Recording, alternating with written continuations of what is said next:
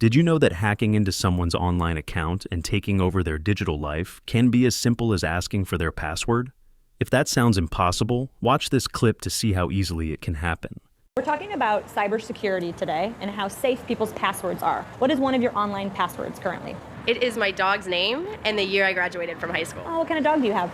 What you have witnessed is a powerful technique of manipulation called social engineering, a method often employed by hackers and security researchers to breach even the world's most secure systems. In this video, we are going to identify what social engineering is, how cybercriminals use it to exploit our computers, and how to prevent these attacks using the confidentiality, integrity, and availability, also known as the CIA Triad. Social engineering is the tactic of manipulating, influencing, or deceiving a victim in order to gain control over a computer system, or to steal personal and financial information. It uses psychological manipulation to trick users into making security mistakes or giving away sensitive information. Aside from our earlier example, other common instances of social engineering include pop-ups, texts, or emails claiming, "Congratulations, you've won 6,000 pesos in our raffle," or something similar, wherein they try to trick you too into clicking on a link to introduce malware on your system. Since social engineering involves human interaction, it is not a straightforward task. It requires extensive research and multiple steps to execute a successful attack. Therefore, let's look on the traits of a social engineering attack that plays on an individual's emotion. Number 1, trust and authority. Authority is something that most humans universally trust. And, for example, if your IT professor asks you to plug a USB on your laptop to help them with something, the idea of them installing a malware on that USB is less likely to cross your mind. This is why, in our earlier example, the person being interviewed simply answers the question being asked without considering the potential consequences of revealing her password on the show. Number 2, heightened emotion. People tend to make an irrational or risky choice when they are feeling emotional. For example, you might feel scared or anger if you get a text claiming someone have used your Gcash account. Sometimes some people get excited or curious when a person gets a pop-up in their browser claiming that they won something. Number 3, urgency. Most fraudulent text or email wanted to sound urgent. Your action is required immediately, or else something disastrous could happen. Rushing into a decision overrides your critical thinking ability, which can lead to a mistake. In order to illustrate this, here is a clip of a journalist at DEF CON challenging a hacker to get his personal email. Do you want to do a sample phishing call? What's phishing? Phishing is voice solicitation, and basically what you do is you use the phone to extract information or data points that can be used in a later attack. Let's do it. Okay. Who are you going to call? Maybe I'll call your cell phone provider and Okay. see if I can get them to give me your email address. I bet they're good. I bet they have my back. But yeah, go for it. I'm going to spoof from your number, so it's going to look like it's calling from you. Okay. Hi, I'm so sorry. Can you hear me okay? My baby, I'm sorry.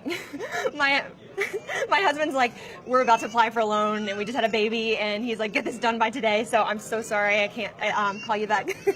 I'm trying to log into our account for uses information and I can't remember what email address we used to log the account. The baby's crying and can you help me? Awesome. In just 30 At seconds, gmail.com? Jessica gets access to my personal email address. Now, if I needed to add our older daughter on our account so she could call in and make changes, how would I need to go about doing that? You would have to send me a secure PIN through a text message? Yeah, well, the thing is, I don't think I'll be able to receive a text message if I'm on the phone. Shh. Oh, I'm not on there either? So I thought when we got married, he added me to the account.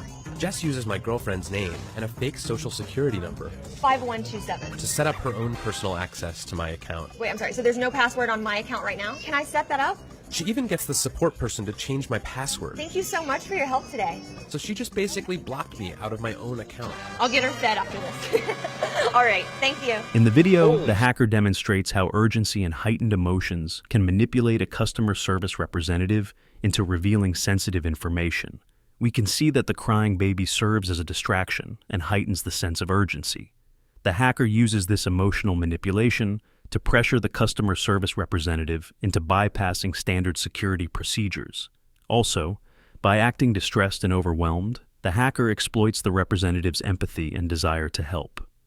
This emotional tactic makes the representative more likely to prioritize resolving the situation quickly over strictly adhering to protocol, ultimately leading to the disclosure of the victim's email address. Now, let's discuss how the confidentiality, integrity, and availability or CIA Triad can help prevent social engineering attacks.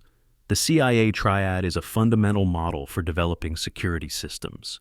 It is used to identify vulnerabilities and create effective solutions to mitigate them. Confidentiality focuses on protecting information from unauthorized access or disclosure. It ensures that only authorized individuals or entities can access sensitive data. To apply this principle in preventing social engineering, avoid sharing sensitive details such as passwords, financial information, or personal identifiers over phone calls, emails, or messages unless absolutely necessary and the recipient is verified. Implement multi-factor authentication, MFA, to add an extra layer of security by verifying user identities. Double-check the identity of individuals or entities requesting sensitive information, especially if the request is unexpected or unusual. Next is integrity. It focuses on maintaining the accuracy, consistency, and trustworthiness of information. It ensures that data is not altered or tampered in an unauthorized manner. To apply this principle in preventing social engineering, check email addresses, URLs, and other message details for signs of phishing, like misspellings, generic greetings, or suspicious attachments. Avoid clicking on unsolicited links or downloading files without verifying the source. Recognize common social engineering tactics like creating a sense of urgency or panic. Lastly is availability. This ensures that information and resources are accessible and usable when needed by authorized users. It involves implementing measures to prevent or mitigate disruptions or interruptions to system operations. This can include redundancy, backup systems, and disaster recovery plans. To apply this principle in preventing social engineering, regularly back up personal files and data to a secure location, for example, using an external drive or cloud service. Test your backups to ensure they are accessible and functional. Use recovery questions or secondary email accounts for secure access restoration, but ensure the answers are not easily guessable. So that's it, everyone. I hope you guys understand what social engineering is and how it affects an individual unaware of this kind of attack. Remember, staying one step ahead of social engineers starts with awareness, vigilance, and smart habits. Stay safe, and thanks for watching. Peace.